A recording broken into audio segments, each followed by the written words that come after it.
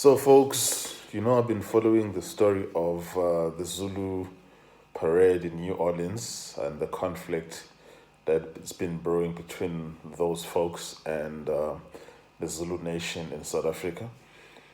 And a lot has been said between the two parties. And I've already said in a prior video that this matter can only be settled in a court of law. It will have to be in a court of law in the US. And I'm also under the impression now that these folks have fraudulently and falsely trademarked and patented the name Zulu, which does not belong to them. But recently, which can obviously be resolved in a court of law, but recently they have actually admitted that the reason why their social club and their parade is named Zulu is because they were inspired by Isilo Shaka Zulu and Isilo Sethu Uskit Ilembe. Oh, Sigit.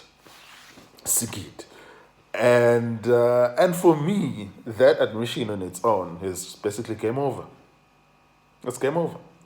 Because if you're admitting that you were inspired by our monarch, who to us isn't just some sort of caricature that you folks have from seeing in or on a TV screen, but he is an embodiment of who we are, and who's responsible for forging this great nation to be what it is. Isizwe samaZulu, Omagen. Then it is very clear in a court of law in terms of which came before which, and which one is original, and which one is a copy of the other, which goes to the question of saying who has intellectual property rights on this matter. That's very clear. So, because I've been saying this issue won't be resolved by arguing with these fools on television, this matter has to go to court. And in court, it will easily be shown. I don't care what your parade is about. No, we don't give a shit what your parade is about. You can continue to have whatever parade you want to have. You can continue to have whatever march you want to have. But you are not going to call it with our names.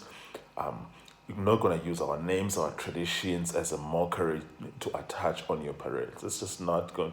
That's not going to fly. And I expect that not long from now, there will be court action, and this matter will be resolved once and for all, and you will be like barred, and I'm looking for a legal term for this, by a court of law to use and to benefit in any way by the use of words Zulu or anything that is tangential and incidental to the word Zulu. It ends here. So and it can be easily proved that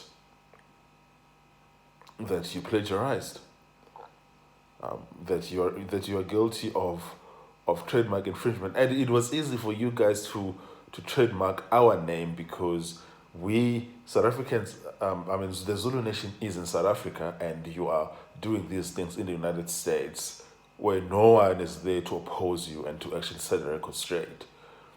But now, since we are aware what you've done, it's going to end. It has to end.